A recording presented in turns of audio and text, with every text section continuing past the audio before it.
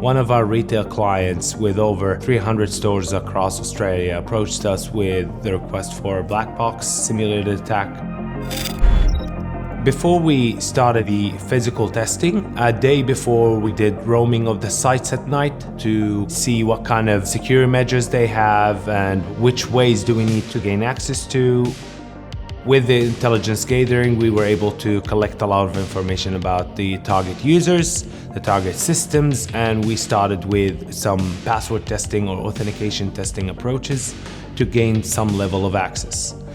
However, we had a strict timeline, so we needed to execute really fast. We asked one of our colleagues to schedule an appointment at the client side, and the client thought they had reasonable levels of physical security at their head office site.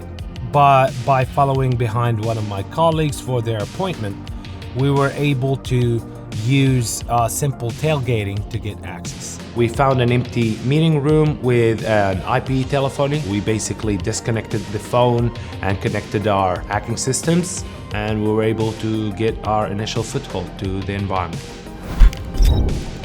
The next phase of the test was to compromise one of the stores.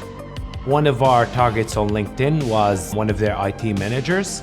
We tried to impersonate that IT manager to call the store, and we basically came up with an emergency story that they need to get a patch done in like an hour. When there is anything urgent, people forget to look at the specifics. I walked into the store, they took me straight to some sort of server. It was zero detections, and actually I compromised their internal server infrastructure from the store.